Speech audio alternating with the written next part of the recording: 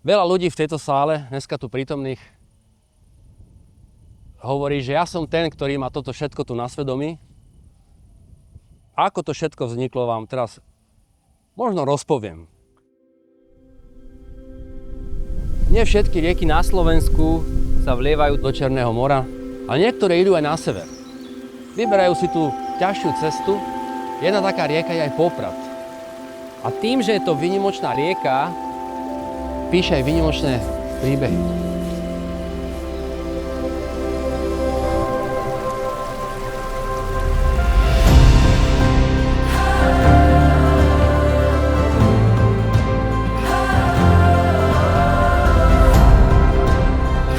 Ja si to pamätám, keď sa Natálka zamilovala do Mateja a on do nej.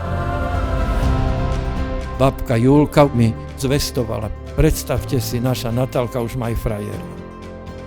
Pozerajú si zamilovanie do očí jeden druhému.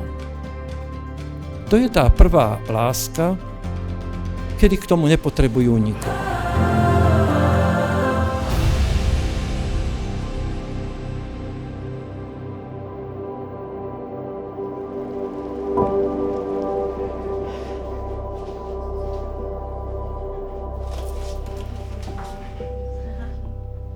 Ešte stále vidím Natálku ako moju sestru malú, keď sme sa hrávali v izbe. A už je to svadba. Stále to ešte tak strebávam. Natálka bola milá, niekedy jedovitá, ale bola šikovná. Rýchlo sa vedela učiť. Ešte. Také slniečko. Vždycky došla zo školy, vlastne usmiatá.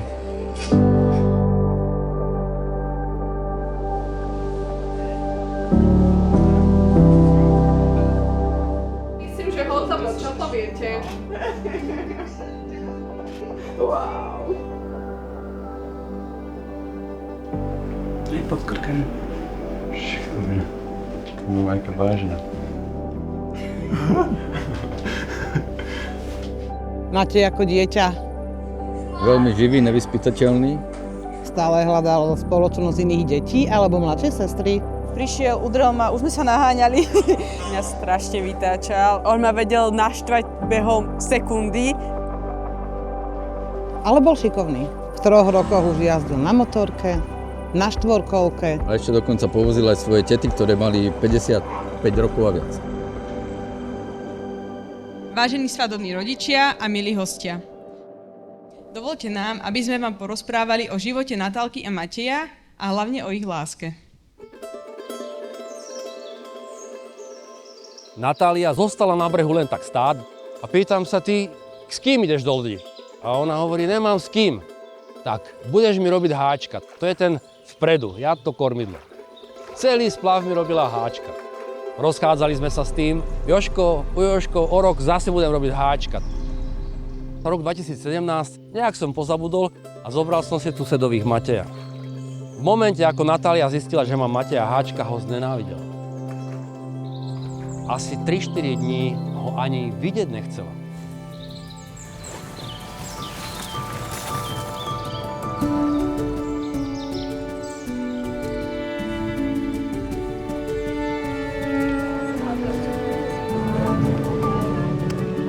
Mne sa na Natálke najviac páči to, ako je ona strašne ochotná. Natálka je čistá duša. Ako málo je takých dievčat, jak ona. V každom vidí to dobré, ja by som mu nedala za nič na svete. Ona akoby bola našou ďalšou sestrou, že proste len zapadla do tej puzzle, ktorú sme my traja spolu skladali. Natália je veľmi snaživá, učenlivá. Ona ti zoberie z ruky pilku, že ona chce ísť rezať kvadry a ona chce ísť robiť všetko. Zoberie krompač a kope. Zapálená, keď sme robili prípojky, ona zobrala krompáč, lopatu, ona kopala, jak chlap, to by si ako je tomu neveril. Mala som to vydržať do rána. Som zvedavá, čo povie. Matej, jak starší brat, je neskutočný. Fakt, že neskutočný. Taký ochranársky, mám pri ňom pocit bezpečia.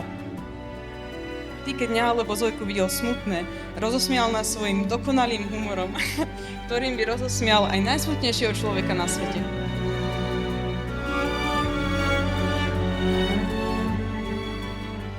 Hovorí sa, že láska človeka nájde na tých najneočakávanejších miestach. Niekto stretne svoju polovičku v práci, niekto v škole. A Natália s Matejom? Tí sa zoznámili na splave. Sám život píše tie najkrajšie príbehy, ako sa títo dvaja zrazu nejakým spôsobom dali dokopy a skôr, než sme odišli domov, bol z nich neodlučiteľný pár.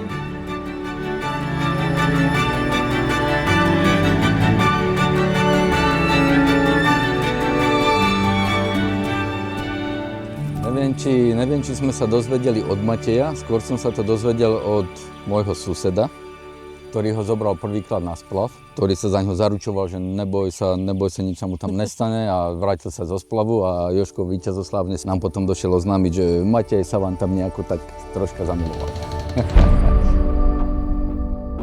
Tá zamilovaná láska je potrebná, len že ona postupne neodchádza, ale ona sa musí meniť.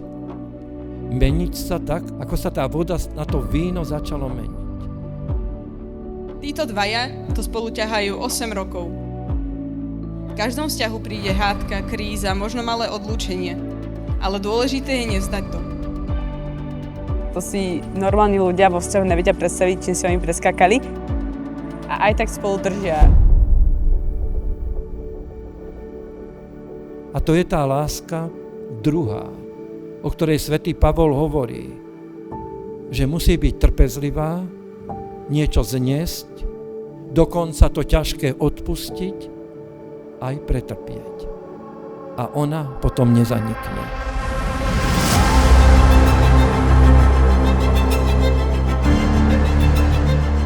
A vďaka ich vzájomnej sile lásky sme sa tu dnes zišli s prípitkom v ruke, ktorý oslaví novú kapitolu ich života.